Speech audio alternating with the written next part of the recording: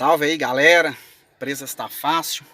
Galera, vou mostrar aqui para vocês hoje, ó, aparelho original Fiat. Se você desligar a bateria do carro, né, for retirar o som, for fazer alguma troca, você vai precisar digitar o código de segurança do aparelho.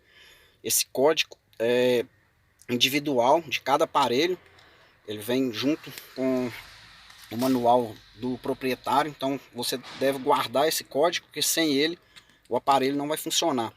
Então aqui, ó, para você desbloquear ele, assim que você ligar, ele vai pedir o código aqui de 4 dígitos, né? Aqui, ó, está aqui, ó, 2174, sempre será 4 dígitos. Então como que a gente vai fazer aqui? Aqui, ó, você vai passar de um dígito para o outro, e aqui no botão central é onde você vai inserir os códigos, ó. Se o primeiro for 3, 4, 1, né, vai seguir a ordem que estiver pedindo aí. O nosso aqui, o primeiro é 2, então a gente vai girar aqui, ó, até deixar no 2. Assim que tiver pronto, aí eu vou pro próximo dígito, vai pular a outra casinha, 21.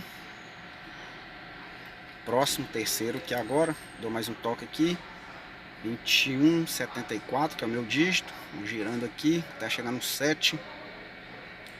Agora no 7, mais um aqui. Agora a gente vai pro 4. Você vai digitar aí o código, que é o seu número. Terminamos aqui, batemos nossos 4 dígitos. Vai dar um toque aqui no botão central, ele aperta, aparece o logo da Fiat e já está liberado aí as rádios. Então, vídeo rápido aí. Se você, né, desligou o seu aparelho, perdeu o código, basta digitar aí o código dessa forma que eu expliquei, vai liberar o aparelho. Se o vídeo foi útil, curte aí pra gente.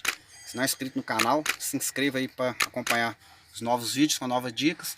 Forte abraço a todos e até um próximo vídeo aí, galera. Valeu!